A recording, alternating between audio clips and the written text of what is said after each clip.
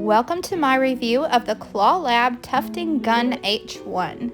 I am a complete and total newbie. I have never used a tufting gun before. However, I have done punch needle art. And it's the same idea, only a gun to do the punching instead of a punch needle. And instead of a hoop, you use a frame to make large pieces. So hopefully this frame is easy to put together, and I will catch back up with you when I get it assembled. I set mine up in my craft area, and you will need a steady table to attach your frame to. The instructions in the book are pretty self-explanatory. I did not have any problems setting it up, and it's just attaching some screws. The only thing that I did have a problem with was the side clamps that stretches your material from left to right.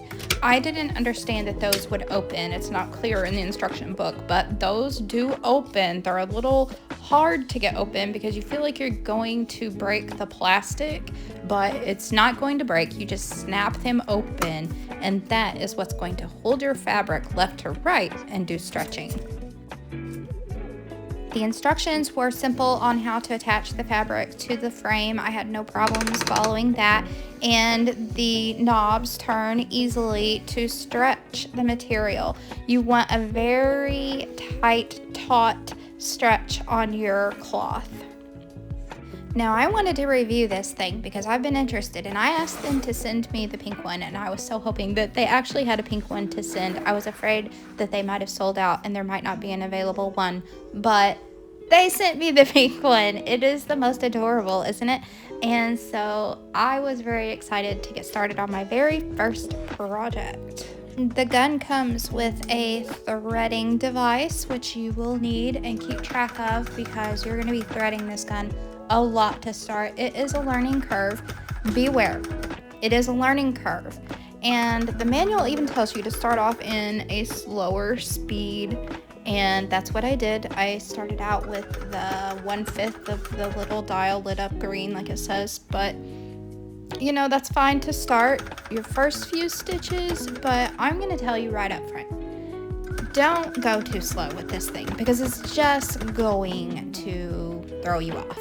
You got to crank it up just a little bit, because if you don't, then your stitches are going to go too slow. You don't know how to hold the machine correctly yet, and it's just a lot easier to get the hang of if you crank it up to a faster speed. Just trust me and do it. That's what you need to do.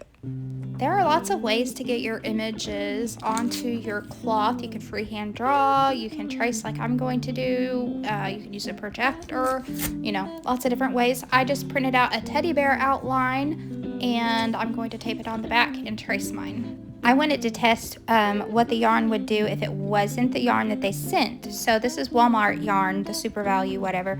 The colors that I wanted to use for my teddy bear. I didn't pre-think this at all. I just took off with it and thought, just go around the outline. Well, your hands just don't quite move that way because you have to keep the gun kind of up and down. So curves are a little bit challenging on the outlines. And that made me think, well, maybe I shouldn't have picked something curvy to start with. I pulled my strings out and tried again, and the second take didn't go really much better. But I can tell you that applying pressure is needed. You have to push a little. It's not going to go down into the cloth and do correct stitches if you're not applying some pressure. I let my thread run out, and so here I am threading my gun back up again, and this is the little threading wire that you use to do that with. And so I'm showing you the holes that you have to go through. There are two. There's the hole on the top little part and this tiny little hole on the bottom of the needle, and you pull the yarn through.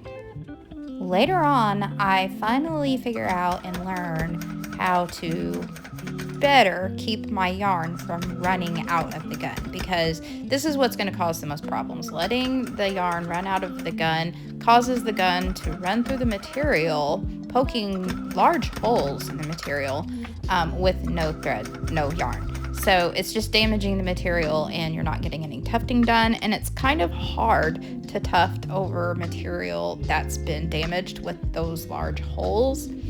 And so this is what wound up happening with the teddy bear. I just damaged that piece right there where the ear was, and a giant hole took shape, and there was not going to be any fixing it. So I decided that something intricate like small little eyes, nose, mouth, ears, small things, don't start with that. Let's start with a bigger project and maybe something without so many curves.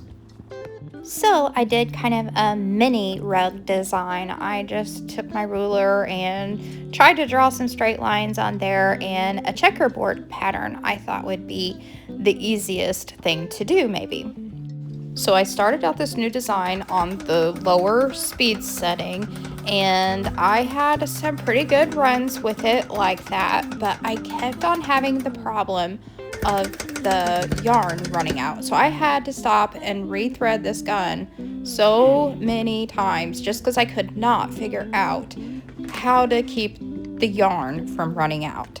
And I really didn't have any good place to put it. I tried putting it in a bowl, but it just come out of the bowl, and it's getting all wrapped up in the cord of this gun. So let's tackle these problems. Okay, so first of all, let's talk about the speed.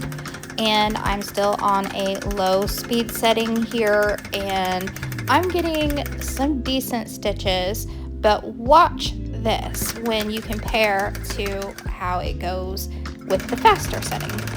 Woo-wee, that went a lot smoother, and by the second pass I felt so much more confident with this gun, and so the stitches were going in a lot easier. I was able to make my lines a lot straighter using the guides on the gun. I just felt a lot more comfortable with it at this speed. And I was able to go back and try to fix the runs that did not go well previously. You can see that there were some holes in the cloth that I had to be very careful trying to work with, but I was eventually able to fill in my outline white border. And on the other side, this is looking great. I can't see it, and it's going to be revealed at the end, but it really looks great. So then I started on my checkerboard pattern, which I was doing some yarn that was pink and then some yarn that was multicolor. And I changed my mind. I think in the beginning I was going to do some bright coral color, but then I changed my mind and did a softer pink color. I was going for a shabby chic look. But I wanted to show you like the rows. When I'm doing the tufting, I think that the rows need to be close together but not touching, because I mean, for me as a beginner, if you get them too close together, it tends to bunch up, just like that first square I did. You see it kind of bunched up the material. So then I backed off on how many rows I did in each square, and when I did one less row, then it looked better. Now that I finally figured out about the yarn, since I'm right-handed, I used this guide to go around this right side and go around the gun, and then I'm holding loosely the yarn in my left hand. And then I can feel in my left hand if the yarn runs out before it runs out of the gun, causing holes in my material and doing damage. So it's kind of like a safety measure maybe for their canvas. And once I learned how to get control of the yarn better and not let it be flying out of the gun so often, and I didn't have to reload the gun or rethread the gun so much, then I really began to enjoy this Clawlab gun. And I can think of all kinds of things that I would actually use it for, like this little mini rug, which I think is going to probably be for the kitty cats at the house, or maybe mug rugs like the coasters that are all cozy. I could make some of those. You can make a lot of them on this frame like this.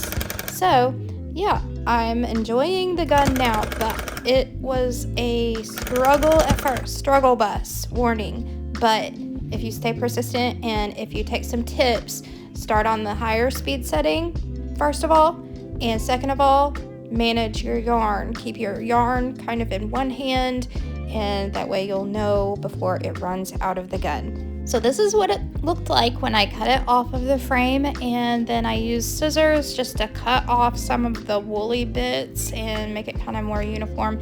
I need to get a rug razor. I don't have one yet, and I did add the backing. I didn't use any special adhesive, just hot glue for my backing. Well, I did use Elmer's glue to seal in the stitches. I do recommend that. If you don't seal the back with something, then your stitches can pull right out. So I did put a whole gob of Elmer's glue on the back, but they have special products. Even Mod Podge would be better, but I didn't want to waste any Mod Podge on just my very first little project here.